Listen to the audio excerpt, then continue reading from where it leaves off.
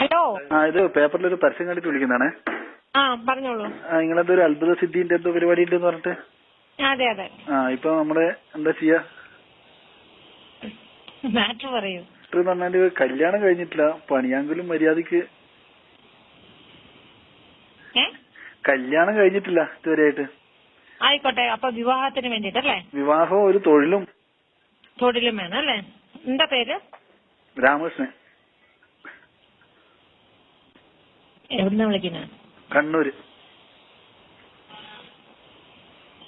എത്ര വയസ്സുണ്ട്? 30. നക്ഷത്രം എന്നാ? മൂലം.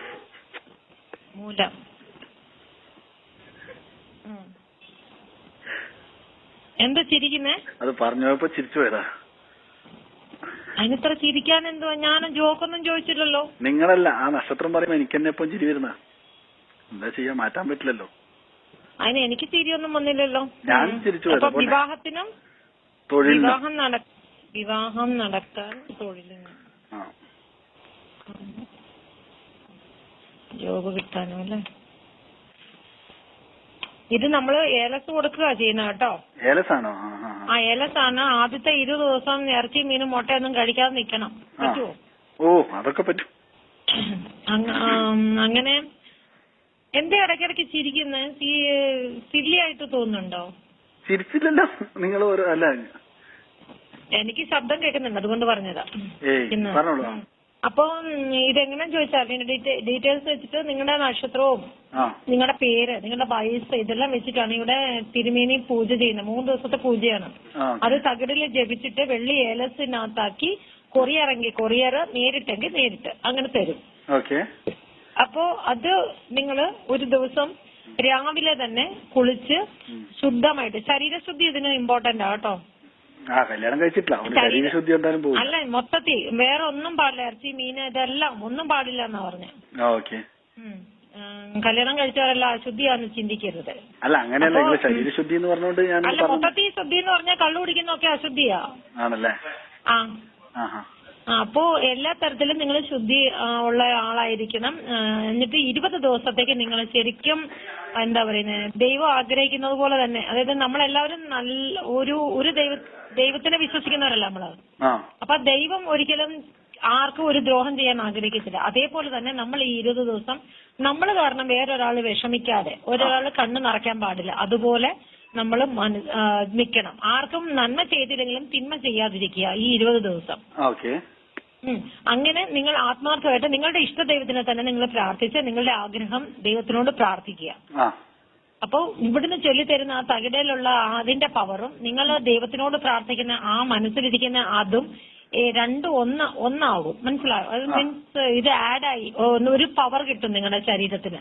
അപ്പൊ നിങ്ങൾ ഏതെങ്കിലും ഇന്റർവ്യൂവിന് അറ്റൻഡ് ചെയ്യുകയാണെങ്കിൽ തന്നെയും നിങ്ങൾ ആഗ്രഹിക്കുന്നതോ ആഗ്രഹിക്കാത്തതോ ആയ ജോബ് നിങ്ങൾക്ക് കിട്ടും. മനസ്സിലായോ? ഇപ്പൊ എല്ലാ ഇന്റർവ്യൂവിലും നമ്മൾ അറ്റൻഡ് ചെയ്യുമ്പോൾ ചിലപ്പോൾ നമ്മൾ അറ്റൻഡ് ചെയ്താലും നമ്മൾക്ക് അത് സക്സസ് ആയാലും നമുക്ക് we are not interested in doing that job അല്ലേ?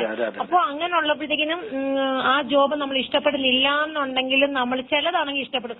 ഇവിടെ കിട്ടിയിരുന്നെങ്കിൽ നല്ലതായിരുന്നു എന്ന് ചിന്തിക്കും നമ്മള്. അപ്പൊ നിങ്ങൾ എന്താണ് വിൽ ചെയ്യുന്നത് അവിടെ തന്നെ നിങ്ങൾക്ക് ജോബ് കിട്ടാനായിട്ടുള്ള ഒരു ചാൻസ് ഉണ്ട്. പിന്നെ വിവാഹം, അതിന് നമ്മളിവിടെ സ്വയംവര പൂജ ചെയ്യുകയാണ്. സത്യം പറഞ്ഞ ഉദ്യോഗത്തിന്റെ വേറെയാണ്, സ്വയംവരത്തിന്റെ യന്ത്രം വേറെ. വേണ്ട രണ്ടിനും കൂടെ ഒന്ന്. ഇപ്പൊ ശരിക്കും പറഞ്ഞത്, കാരണം വിവാഹത്തിന് വേണ്ടിട്ട് പറയുന്നവരെ ഉദ്യോഗത്തിന് വേണ്ടിട്ട് പറയാറില്ല. അതാണ് കല്യാണം കഴിഞ്ഞിട്ട് ഇപ്പൊ പണി ഇല്ലെങ്കിൽ പിന്നെ ഒന്നും ചെയ്യാൻ പറ്റില്ലല്ലോ. അതെ, പണിയല്ല. അപ്പൊ ആദ്യമേ നോക്കുന്നത് കല്യാണം അല്ലല്ലോ വലിയ ഇമ്പോർട്ടന്റ്. ആദ്യമേ നമ്മൾ സ്വന്തമായിട്ട്. എത്ര വയസ്സുണ്ട്? 30. പിന്നെ 10-70 വയസ്സിൽ കെട്ടുന്നു. പിന്നെയാ പറഞ്ഞെന്നേ ഉള്ളൂ. അപ്പൊ ആദ്യമേ സ്വന്തം കാലിൽ നിൽക്കുന്നതല്ലേ ഇമ്പോർട്ടന്റ്. നല്ല ജോലിയുള്ളവനെ നല്ല പെണ്ണ് കിട്ടത്തുള്ളൂ. തേരെ അടങ്ങിയിട്ട് കപ്പലോടിക്കും. പക്ഷെ അല്ലേ, നിങ്ങൾ ഏലസിന്റെ ശക്തി ഉണ്ടെങ്കിൽ ചിലപ്പോ നല്ല പെണ്ണൊക്കെ കിട്ടിയാലോ ചിലപ്പോ. ഞാൻ പറഞ്ഞത് മനസ്സിലായില്ലേ? ഇത് മനസ്സിലായി. രണ്ട് തരത്തിലാണ് കൊടുക്കുക. ഏലസ് ഈ സ്വയംവരം ചെയ്യുന്നവർക്ക് ജോലിയുടെയോ വേറൊന്നും കൊടുക്കാറില്ല. പക്ഷെ ജോലിയുടെ ഇതിന് കൊടുക്കുന്നവർക്ക് കുടുംബ ഐശ്വര്യവും മനസ്സമാധാനവും എല്ലാം. സ്വയംവര നല്ലത്. എന്നാ സ്വയംവരെങ്കിൽ സ്വയംവരം. നല്ല സ്ത്രീധനമൊക്കെ കിട്ടിയാൽ പിന്നെ പണിക്ക് വേണ്ടി വരില്ലല്ലേ. പിന്നെ ജോലി ഇല്ലാത്ത ആൾക്ക് സ്ത്രീധനം അയ്യോ. അല്ല നമ്മുടെ അപ്പൊ ഈ ഏലത്തിന് ശക്തി ഇല്ലാന്നാ നിങ്ങൾ പറയുന്നത്, അതീവ ശക്തി എന്നൊക്കെ പറഞ്ഞിട്ട്? അല്ല, ജോലി ഇല്ലാത്തവർക്ക് ആരും സ്വയംവരം എന്ന് പറഞ്ഞാൽ നിങ്ങളുടെ കല്യാണം നടക്കുമെന്നേ ഉള്ളൂ. സ്ത്രീധനം ഒന്നും ഞങ്ങൾക്ക് ഏർപ്പാടാക്കി തരാൻ പറ്റത്തില്ല. അല്ല അങ്ങനെയല്ല ഞാൻ പറഞ്ഞത്. ഞാൻ വെച്ചാൽ നിങ്ങളെ അതീവ ശക്തി എന്നുള്ളതെന്നെല്ലാം കണ്ടിട്ട്. അതീവ ശക്തി എന്ന് പറഞ്ഞാൽ എനിക്കിപ്പോ പറയാൻ പറ്റും ഇന്ത്യൻ പ്രസിഡന്റിന്റെ മക്കളെ ഒക്കെ കല്യാണം കഴിക്കാനായിട്ട് റെഡിയാക്കി തരുമെന്നാണ് അതിന്റെ അർത്ഥം. അല്ല ഞാൻ നിങ്ങളെ പരസ്യം അങ്ങനെയല്ലേ കണ്ട. നിങ്ങൾ ഇതിന്റെ അകത്ത് പറഞ്ഞ അതീവ ശക്തി കൊണ്ട് മിനിറ്റുകൾക്കുള്ളിൽ നിങ്ങൾ എന്തൊക്കെയോ ഉണ്ടാക്കുമെന്നല്ലേ പറഞ്ഞത്. അപ്പൊ നിങ്ങൾ പറയുന്ന കാര്യമാണ് നിങ്ങൾ ശരിയാക്കി തരണ്ടേ. ഡീറ്റെയിൽസ് അറിയണമെന്നുണ്ടെങ്കിൽ തിങ്കളാഴ്ച തിരുമേനി വരും, അപ്പൊ ചോദിച്ചു. ഏതാ തിരുമേനി? പേരെന്താ? ശ്രീരാമൻ. ശ്രീരാമൻ തിരുമേനിയാ? ഏത് ഇല്ലത്തെയാ? ഇല്ലവല്ല മാഷേ, ഇവിടെ പൂജ ചെയ്യുന്ന ഒരാളാ. അല്ല തിരുമേനിയാ ചെയ്തിട്ട് ഇവിടെ വന്ന് ഇതിന്റെ ജ്യോതിഷം പറയുന്ന ആളാ. ഏത് ഇല്ലത്തെയാണെന്നൊന്നും ഞാൻ തിരക്കിട്ടില്ല. ഞാൻ കോഴിക്കോട് വന്നിട്ട് 1 മാസേ ആയുള്ളൂ. നിങ്ങൾ എവിടെ സ്ഥലം എവിടെയാ? ഞാൻ എവിടെങ്കിലും ആയിക്കോട്ടെ. മനസ്സിലായല്ലോ? തിങ്കളാഴ്ച നിങ്ങൾ വിളിക്കൂ, എന്നിട്ട് ഡീറ്റെയിൽസ് തിരക്കൂ. 1 മിനിറ്റ് കൊണ്ട് എന്തുവാ നിങ്ങൾ കാണിക്കുന്നതെന്ന് ചോദിച്ചു. അല്ല നിങ്ങൾ ഇതിന്റെ അകത്ത് പറഞ്ഞിട്ടുണ്ട് നിങ്ങളുടെ പക്ഷേ വിവാഹം, തൊഴിൽ, ധനവർദ്ധന, ഐശ്വര്യം, ശക്തി കൂടിയ ഓപ്പോസിറ്റ് ആയിട്ട് എന്തെങ്കിലും സംസാരിച്ചോ? സ്ത്രീധനം കൂടുതൽ നിങ്ങൾക്ക് മേടിച്ചു തരാൻ പറ്റത്തില്ല എന്ന് ചോദിച്ചപ്പോ ഞാൻ പറഞ്ഞു അത് ഞങ്ങൾ ഏറ്റെടുക്കത്തൊന്നുമില്ല എന്ന് പറഞ്ഞു. ഞങ്ങൾ വിവാഹത്തിന്റെ കാര്യത്തിന് റെഡിയാക്കി ഇതിനകത്ത് വേറെന്ന് പറയുന്നില്ല ശക്തി കൂടിയ വശീകരണമെന്ന്. അപ്പൊ അങ്ങനെയാണെങ്കിൽ നമുക്ക് ആരെ വേണമെങ്കിൽ വശീകരിച്ചൂടെ? നിങ്ങൾ ആഗ്രഹിക്കുന്ന വ്യക്തിയെ നിങ്ങൾക്ക് കിട്ടും. അത് ഞാൻ ഏച്ചിനെ ആഗ്രഹിച്ചു. ഇപ്പൊ എന്താ ചെയ്യാ? ഞാൻ നിങ്ങളെ ആഗ്രഹിച്ചു കഴിഞ്ഞാൽ വശീകരിക്കാൻ പറ്റുമോ ഇല്ലയോ? എവിടെ പോയി ഒളിച്ചാലും എന്നെ വശീകരിക്കാനൊന്നും പറ്റത്തില്ല. പിന്നെ എങ്ങനെ ഈ പരസ്യം പറഞ്ഞേ? വശീകരണം നടക്കുമെങ്കിൽ ഏച്ചിനെ ഞാൻ വശീകരിച്ചിരിക്കും. ഞാൻ തിങ്കളാഴ്ച പൂജയും കഴിക്കും, ഏച്ചീനെ വശീകരിക്കുകയും ചെയ്യും.